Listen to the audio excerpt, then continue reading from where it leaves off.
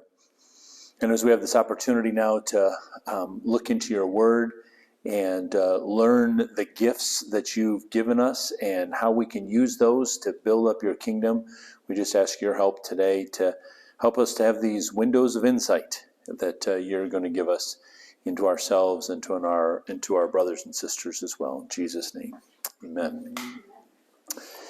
So we are going to do 2 more of the gifts tonight, and then next week we've got the 7th one, and then we've got a kind of a wrap-up that I want to do, really kind of like talking about how to help us leverage these gifts and use them as God would desire. So once again, just remember, all of this stuff is, none of them are labels. We're not trying to label people, but we're trying to give windows of insight to ourselves and to other people so that we can help them and ourselves get into places where we can be effective in ministry. So we're talking about giving, and was this at the top of anybody's list of your scores?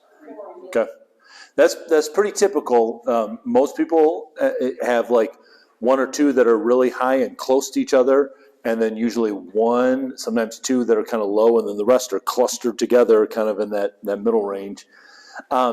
If you've ever, this is one of the ones that is very close to, if you've ever done the 5 love languages by Dr. Gary Chapman, one of the love languages is gift giving. And this one, a lot of, if you've studied that book, if you know that idea of gift giving, you'll hear a lot of similarities in this one. I think that this one is really close, the spiritual gift, motivational gift of giving, and the love language of gift giving. So, we, all of us give to the Lord. The Bible talks about bringing the tithe in. There's some people that say, like we'll see it in the Old Testament when they were building the temple, just out of the overflow of your heart, if God's been good to you. But this is the way that we would describe the people with a motivational gift of giving, is that they're driven to give. They want to find ways to give more. Doesn't feel like an obligation. It's definitely not a have to for them. Some people, view the tithe even as, I have to give that tithe.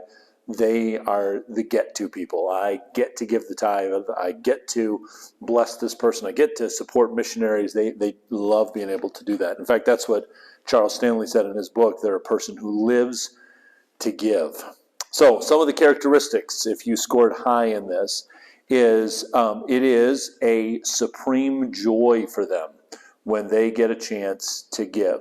When they hear about a need, and they have the capacity to be able to give, they find great joy in doing that. And as a result, they usually are giving regularly. So they like the opportunities. The one-time things are fine, but say if it's a missionary that needs ongoing monthly support, or if it's a church that they're giving to, they like the regularity of giving as well. These people never boast of their giving. In fact, a lot of times you might not even know that they're givers. They truly kind of keep it under wraps. It's, don't let the right hand know what the left hand is doing. They really take that seriously. Their giving is seldom limited to money. So when we say giving, we're talking about, you'll hear sometimes people talking about the 3 T's, and treasure is one of them. But also there's time and talent. So these are people that, if it was somebody that was really good at, say, accounting, they would love to help people with their taxes, or put together a newly married couple. Let me help you put together a budget. If they have that talent to do that, so they're looking for places to pour into people's lives. So don't restrict it to just a dollar sign. The giving people are giving regardless of what it is. They usually have a very kind of a sixth sense to find the deals. If they're going to buy something to be able to give somewhere, they usually intuitively they can find the best deals. And by that, I don't necessarily mean spending the least amount of money. They might spend more money on something, but what they'll end up getting is hey, this thing is going to end up lasting 20 years, whereas these people that are spending less on something, it's going to have to be replaced in 2 years. So that they'll find the really good deals. They know how to do that, and everything that they do then is high quality. It's not just the chintzy stuff. It's not just barely getting by. It is high quality stuff. They make sure that they're not cutting corners there. They usually spot the places to give that other people have overlooked. So a lot of times they might be the ones that, say, in a church setting, they might come to the pastor and say, hey, here's a place where we could get involved. And, I didn't even know that. I never saw that before. They usually spot those things. Or they might be the ones that, like, say, the church has a benevolence fund. They might be the one that goes to the board members that oversee that and say, I think that this family needs assistance.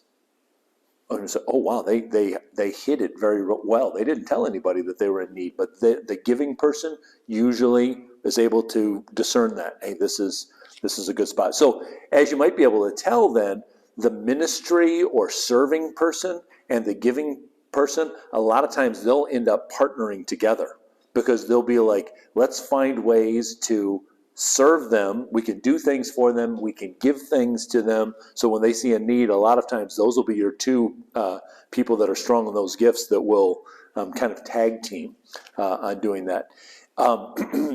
Ironically, these are not the people that, like, if somebody came in and was making an appeal about, like, giving to missions or something, and it was a really emotional appeal, they're probably not going to be swayed by that.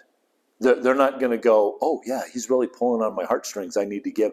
They'll give where they see the need, not because somebody played on their emotions. Say, look at this picture of this child that, we want to send him to school and we want to get. They're not going to be like, oh, yeah, I want to give to that. They would have already known about it and said, let's give to this thing. So they're not going to, you're not going to be able to, if we could use this word, guilt them into giving or pull their heartstrings to be able to have them give. They're just going to see the need and will probably be giving more than other people are doing at that time. Okay? So, incorrect perception. Again, remember, if you're high in this gift, I'm not saying that these things are you. I'm saying that the people that are low in giving, this is how they misperceive the people who are high in this gift. And like I said, this is the first one is the kind of the ironic one. They are often misperceived as not being a giver. Since they do it so privately, they do it confidentially, people don't really know that they've done it. So they're like, I'm going to help when nobody else is around. Nobody saw me do this. And so then people are like, they never get involved. They don't help. They don't give. They do, but you just don't see it because they're not like the people where Jesus talks about, blowing trumpets when they're giving alms so that everybody like stops to look at what they're doing and saying, hey, look at that person giving those things. The second thing, I put it down this way, again, the incorrect perception is that they have a weird value system because they are interested in both high quality and, if possible, low price or bargain prices. They're not. A lot of times you see some people that are just like, I just want to find the lowest price wherever I can go. Or some people are saying, hey, money's no object. I just want to get the best quality. They're doing both. And so people are like, I don't know how to pin you down. And see, again, that's why I'm saying that these are windows of insight, not labels, because that's what people like to put labels. Oh, they just really like the high quality stuff. Oh, they're always looking for a bargain. You can't do that with the giving people because they do both. They want the high quality and they want to be able to find a good deal as well. And then the other incorrect perception is that they appear to be a high pressure salesperson because they get so much joy out of giving. They want other people to experience that joy as well. And so they're saying, hey, we should help here. We should give here. And it appears to somebody, especially somebody who's low in that, it appears that I'm getting pressured to give. Okay, That's not the case. They're not pressuring you to give. They're saying it's so much fun. There's so much joy when you're able to give. And so that's why I just want to share another opportunity with you. That's how they're. So let me give you a couple warnings then. If you scored high on this, the devil always likes to stir up trouble. Money, sex, and money are the two things that if you talk about in church, the devil loves to be able to manipulate people and get them. Oh, I bet you're saying this. And so you just have to be on guard when you're talking about giving. When you say that word giving, people, like I said earlier, immediately want to put a dollar sign. Oh, you're talking about money. And that's not necessarily what it is, but other people are going to start tuning out what you're saying. And that's why we're saying these are windows of insight so that you can say, if you're high in giving, if I start to talk about giving, I'm going to need to clarify with the other person what it is that I'm talking about. I'm not talking about like pull out your wallet or your checkbook. I'm talking about this. Same thing if you're low in giving, when somebody comes up to you and starts, you can't go, oh man, they're just trying to get me to pull out my checkbook. Just slow down for a second. That's not what they're talking to you about. But that's where the devil loves to get in there with that. I put in here, don't neglect your spiritual development in favor of material development. Giving people, a lot of times they're thinking about, how can I leverage more of this? What can I do with more of this? And then they forget about their own personal development because they're trying to develop other people. They're trying to give to other people. So you got to be careful about there. And then, as I kind of alluded to this earlier, don't expect other people to get as excited about giving as you are unless they score high in that. But when you're like, oh yeah, we get to do this, don't expect everybody else to be going, yeah, because if they're not on that level, they might not. Kind of like when we talked about with the serving people, one of the things I said was don't forget about serving at home because they're always looking out. It's the same thing with the giving people. A lot of times they're looking out somewhere else, and don't forget you've got people right around you in your own family that you could be blessing as well. And then the final warning is that givers a lot of times have a hard time receiving something from somebody else. So you gotta be grateful. Remember to be grateful when that gift comes, and say thank you for that. So let me have a couple of people. We're going to look at the example of Matthew in the Bible. Somebody look up that Luke chapter 5 passage if you could, and then somebody else Matthew chapter 9.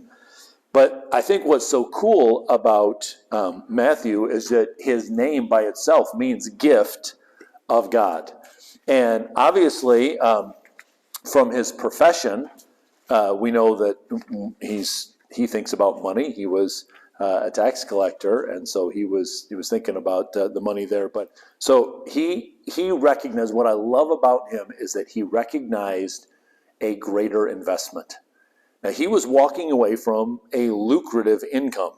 Okay, remember Zacchaeus was also a tax collector, and he said, I'm going to give back all this money to people. It was a lucrative thing, but he said, but there's something of far greater value in Jesus, and he was willing to make that exchange.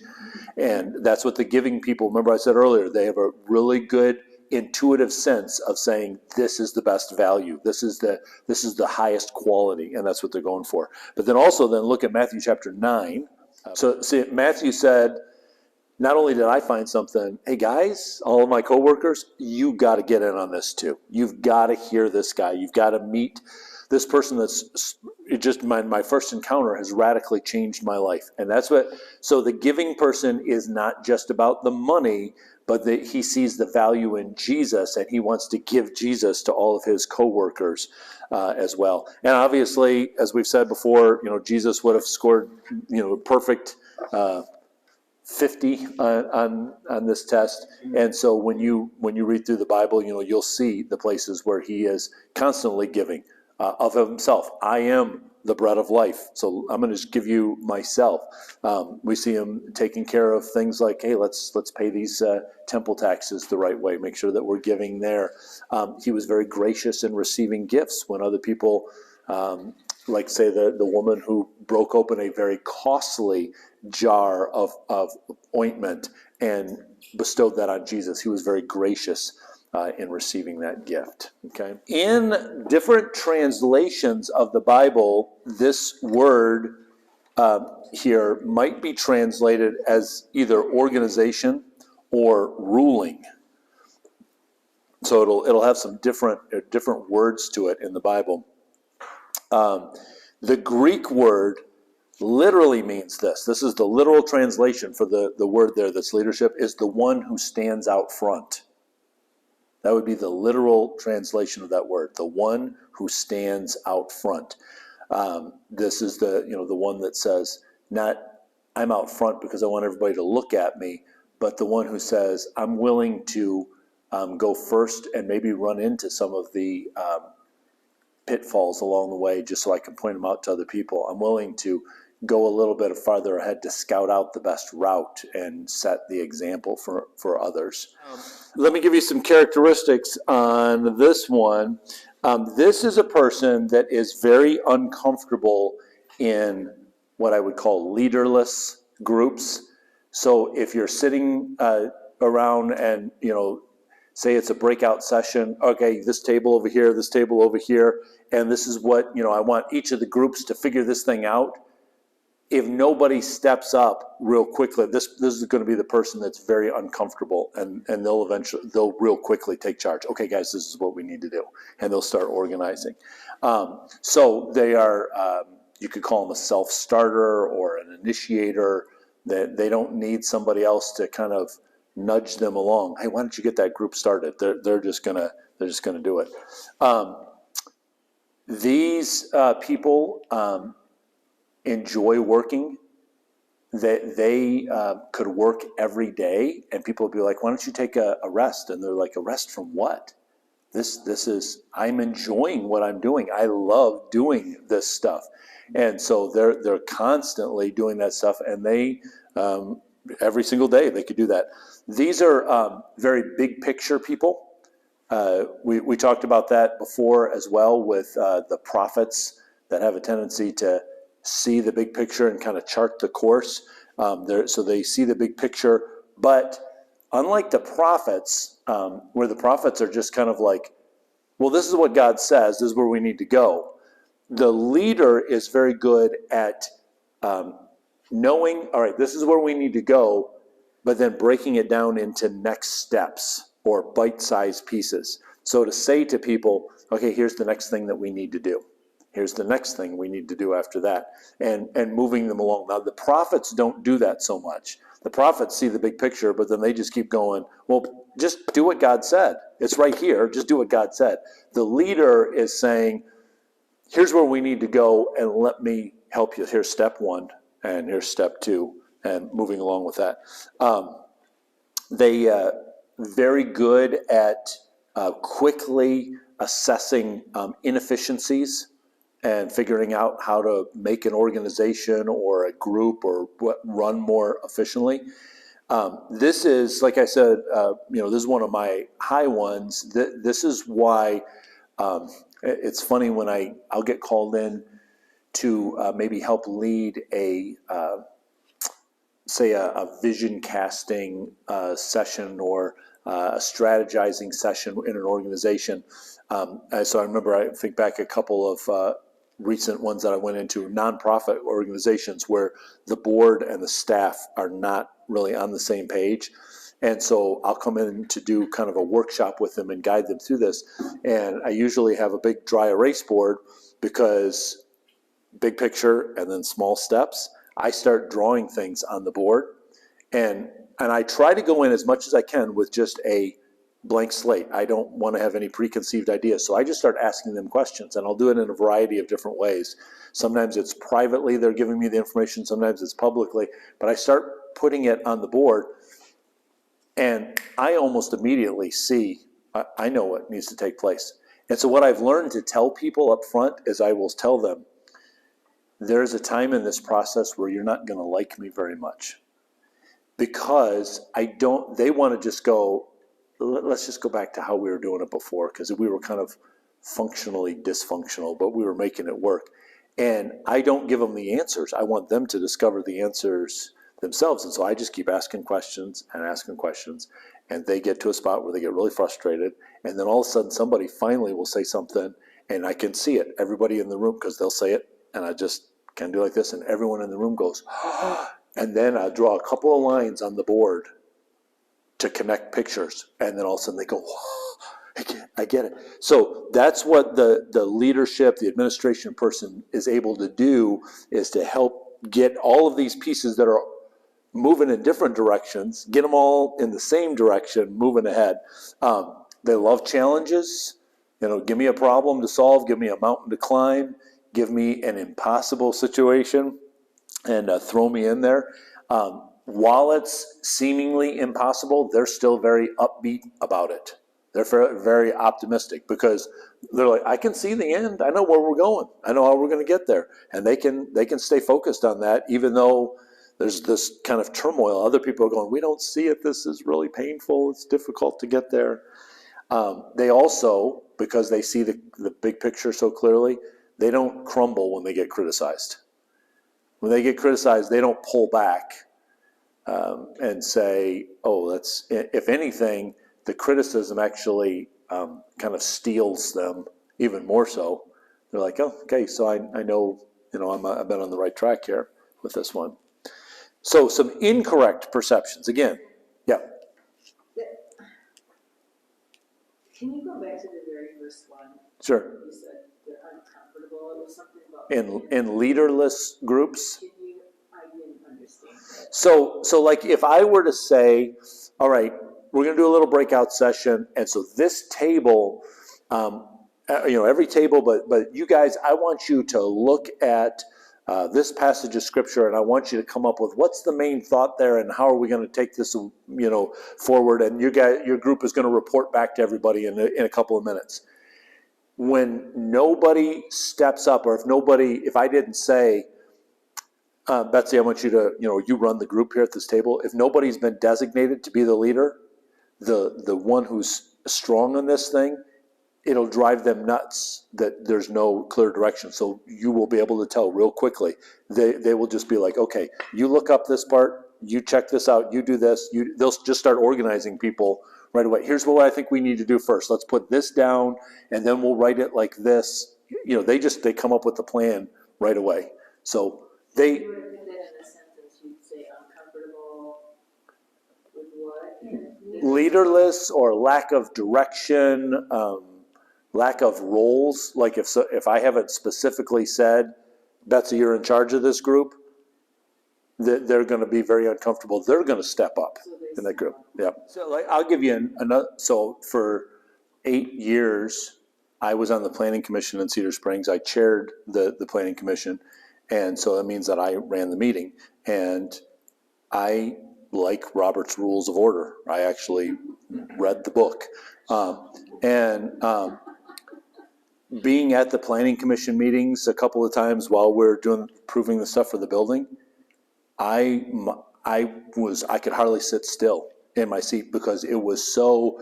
The guy who's supposed to be chairing the meeting is like, and what are we going to do here? And I'm just like, I was about to scream. It just those kind of things just drive me bonkers. That I want to just like let me sit down here and run this thing. I don't even have to vote, but let me just run the meeting for you. So some incorrect perceptions. Again, if you're low, you're going to view these leaders, these administrators this way. First of all, as bossy, because they're telling people what to do. Secondly, egotistical, because they, especially in those, like I said, those leadership groups, when they just say, well, I'll step up, they're like, wow, the ego on that person, to step in there. Thirdly, as being pushy, because they know what needs to be done, and so they're like, hey, let's do this. And then finally, as I said before, how much they love working, but other people are going to view them as being a workaholic. Why don't you take a day off? And they're like, why? I'm having fun. I am renewed by doing this working. I'm not, it's not running me down. So a couple of warnings. First one, I don't know if I put it in your notes or not, but I wrote down next to mine, Proverbs chapter 3, verses 5 and 6. Lean not to your own understanding, but in all your ways acknowledge him, and he will direct your path. So because of your natural ability to be a leader, you want to just go in there, you're going to need to pause for a second. God, you direct me. Holy Spirit, I need you to speak to me here. Because in your natural ability, you could step in there and start running something. Another warning is to look at both the details and the big picture. I said earlier that they have a tendency that they can break things down to the next step, but they usually don't tell people how to get to that step. They just say, here's the step. And they need to be able to share the details as well. Slow down to reflect. These people tend to be kind of the ready, fire, aim sort of people. So slow down for a little bit, be patient with people, and I think it's wise to take a vacation. Actually, the way that I like it, and I this is what in shepherd leadership I really worked on this a lot because I thought pastors needed this. So, most people think about Sunday as being the Sabbath day. If you're a pastor, Sunday's a work day. But one of the things that really stood out to me about the life of Jesus, when you read through the Gospels, is there anything that you see him not doing on the Sabbath day that he does on the other days? I mean, it's on any day of the week, you'll see him speaking in the synagogue, healing people, teaching. And yet, and that's what kind of infuriated the Pharisees so much, like, wait, you're not supposed to do this on this day. Well, isn't this the day for doing good? What we see about Jesus and this is really Sabbathing. He didn't take the day, but he was so tuned in, and probably way better than we are. That's why we need to set aside a day. But he said, Mark chapter 1, verse 35 says, early in the morning, he got up and made time to pray before his day started. We see him after a busy day of ministry. He says to his disciples, you guys get in the boat, take off. I'm going to dismiss the crowds. And after the crowds are gone, he said, now I'm going to stay here and pray. When he's on the boat and he doesn't have anybody to teach or anything to do, he says, I'm tired, I'm going to take a nap. So he's very tuned in to, this is where I need to recharge. Okay, so the Sabbathing. And I think maybe for the leadership, administrative person, that idea seems to click a little bit better than to say, take a day off. Because they'll be like, I don't know how to do that. How do you take a day off? Because I enjoy doing all of this stuff. I enjoy the activity. But to say, well, take a break, make sure that you're spending time with God in the morning, and when your batteries are run down, take a nap. And when your spiritual batteries are run down, pray, and, build those Sabbathing things in there. So a good biblical example for us is James. So in Acts chapter 15, this is the Jerusalem council where they're trying to decide, what are we supposed to do with these Gentiles that have become Christians? Are we supposed to make them become Jews as well? And I love it says at the beginning, so first some people come forward and said, yep, listen, all of these Gentiles that have become Christians, they've got to become Jews, so they need to do this. They start going through. And then there's, Peter talks about his experience with Cornelius. Paul talks about his experience. So everybody's talking about things.